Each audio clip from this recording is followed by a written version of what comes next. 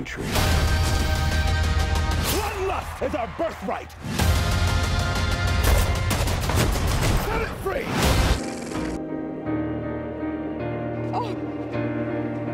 IGPN, la police des polices. Nous enquêtons sur les fautes que peuvent commettre certains policiers. C'est une infirmière de l'hôpital qui m'a dit de venir ici pour porter plainte pour mon fils Guillaume. C'est à la manifestation de samedi. Un policier qui lui a tiré dessus avec un flashball. Running Man, l'histoire d'un jeu mortel, diffusé en direct. Eleanor the Great, le tout premier film de Scarlett Johansson en tant que réalisatrice.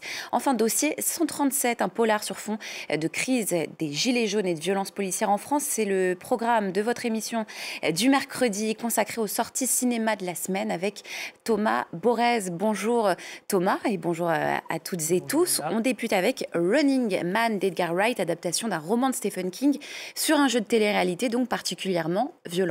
Voilà, on est dans un monde qui est à peu près le nôtre, mais dans un futur très proche, on va dire. On va suivre un pauvre bougre qui n'a pas un sou vaillant et surtout qui a un enfant malade à charge. Et on va lui proposer un deal qu'il ne pourra pas refuser. Accepter donc de participer à un jeu de télé-réalité dans lequel il doit risquer sa peau pour gagner de l'argent. Beaucoup d'argent, on s'en doute. Voilà, pour cela, il va devoir donc survivre pendant 30 jours. Avec des tueurs professionnels à ses trousses. Bienvenue dans Running Man, c'est parti. Hey buddy, you're on freebie. You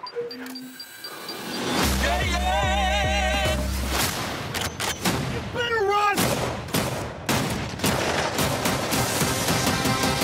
I got a grenade! Back at you.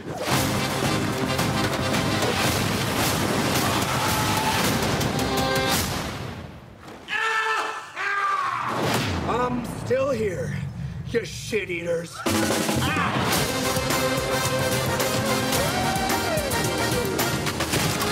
Hey, big boys!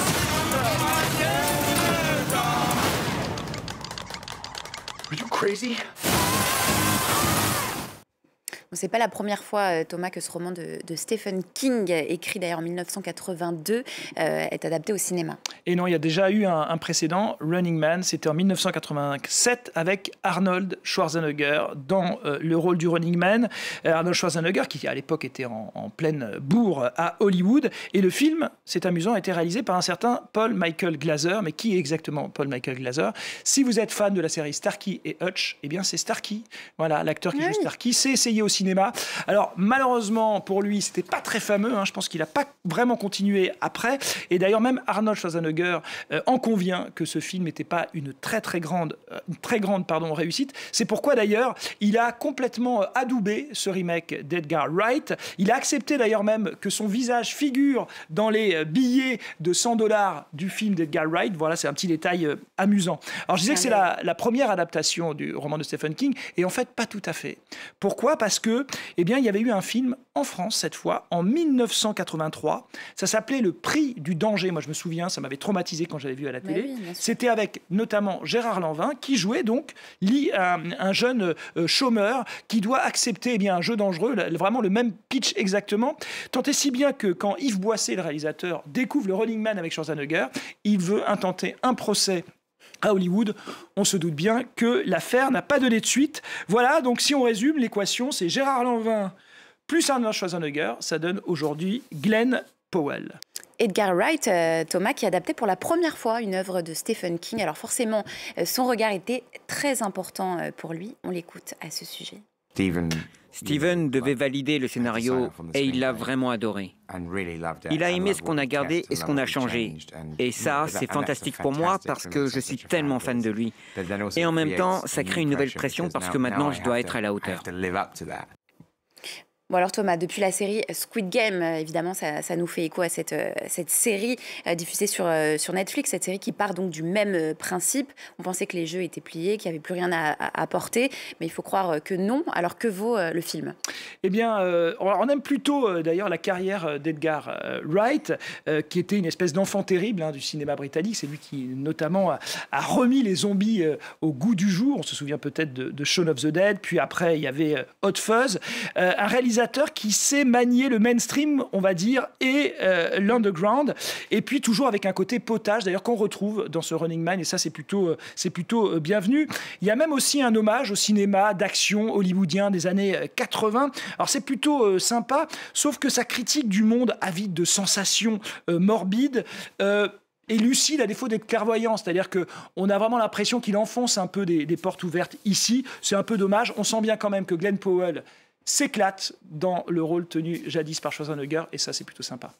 C'est validé. Donc, allez, on passe au premier long métrage en tant que réalisatrice de l'actrice américaine Scarlett Johansson avec Eleanor the Great, une comédie dramatique, Thomas, sur une amitié transgénérationnelle. Absolument, elle s'appelle Nina, alors c'est pas vous, c'est pas moi, malheureusement. C'est une étudiante en journalisme, vous l'avez sûrement été vous aussi à un moment donné, voilà, son père est d'ailleurs un journaliste vedette de la télévision américaine, voilà pour Nina, et elle va bientôt faire la connaissance en fait d'Eleanor Morgenstein, 94 ans, une rescapée de la Shoah, au parcours extraordinaire.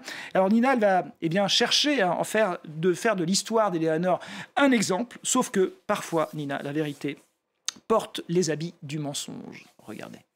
I signed you up for a class at JCC. I judged the morgue prematurely. I can see that now.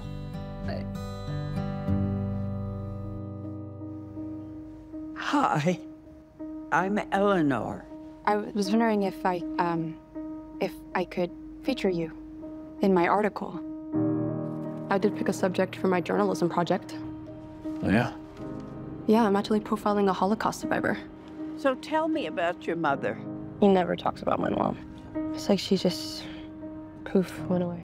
Votre critique, Thomas? Eh bien, pour un premier long métrage, je trouve que Scarlett Johansson, le moins qu'on puisse dire, c'est qu'elle ne s'attelle pas à des sujets faciles. Hein. D'abord, la Shoah, hein, quand même.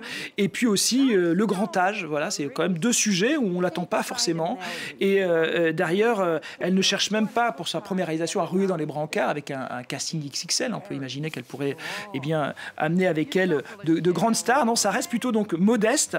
Et puis, ça commence plutôt bien, d'ailleurs, comme une comédie un peu à la Woody Allen, avec, vous savez, un ton acerbe, jouant sur la force des dialogues et des personnages truculents.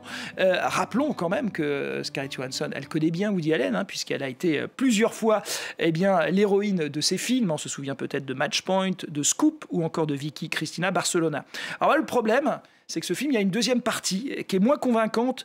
Et c'est-à-dire que tout ça bascule dans une espèce de mélo un peu guimauve et pas très finot, en fait, sur cette amitié déçue, sur l'autel du grand mensonge. Hein, je ne vous rappellerai pas ce qui se passe là-dedans, mais il y a des thématiques qu'elle n'exploite pas vraiment, et ça finit par une espèce de prêchi-prêcha, on va dire, moralisateur, pas franchement un petit peu fatigant. Donc c'est un peu dommage, parce que le geste de prime abord était plutôt séduisant.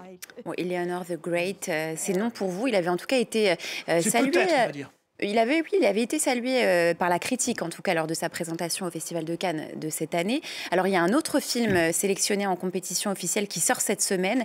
C'est le nouveau long métrage de Dominique Moll, 3 ans après le succès de La Nuit du 12. On en avait beaucoup parlé sur France 24. Il signe Dossier 137. Voilà, et un film qui donc revient, on s'en souvient, sur une crise qui avait secoué la France à partir de 2018, la crise dite des Gilets jaunes, et qui est revenue d'ailleurs ces dernières semaines, sur le devant de la scène grâce au cinéma, avec Les Braises, qui est sorti tout récemment, porté par Virginie Efira.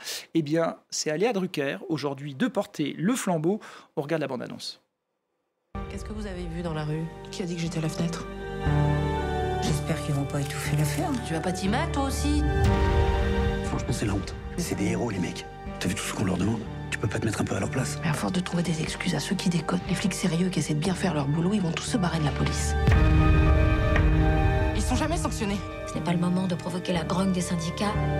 Qu'est-ce qui vous arrive, Madame Bertrand? Si tout le monde pense qu'un autre point de vue que le sien est hostile, comment on tient ensemble? Je sais plus, moi. Voilà, Léa Drucker qui, je le rappelle, a été César de la meilleure actrice pour le film Jusqu'à la garde de Xavier Legrand. C'était en 2019. C'est vraiment elle qui porte le film. Elle va nous parler de son personnage. Elle répondait justement aux questions de Louise Dupont au Festival de Cannes cette année. Écoutez.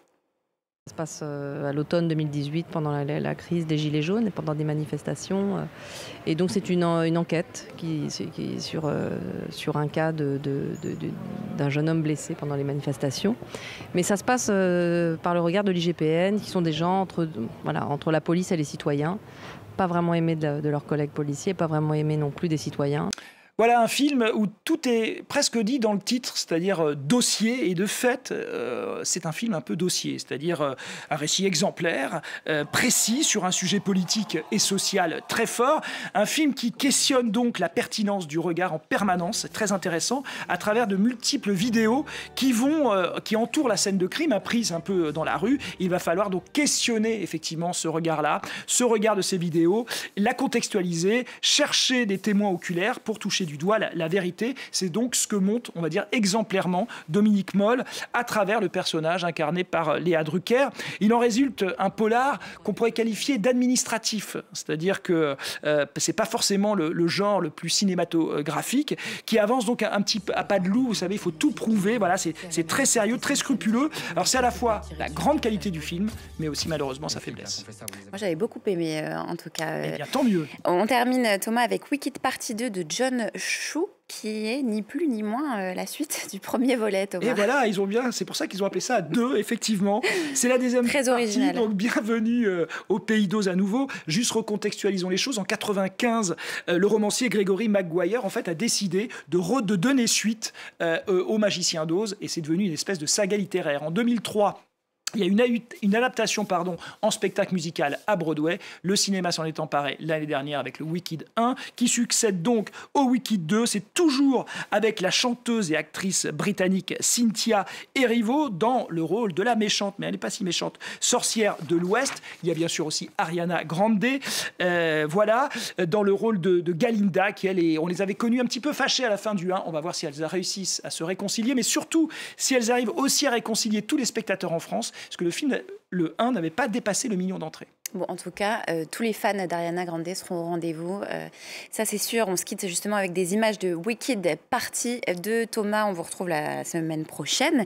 Merci pour tous vos bons conseils et vos critiques. Et moi, je vous dis à très vite sur France 24. You can wave that wand all you want, but you have no real power.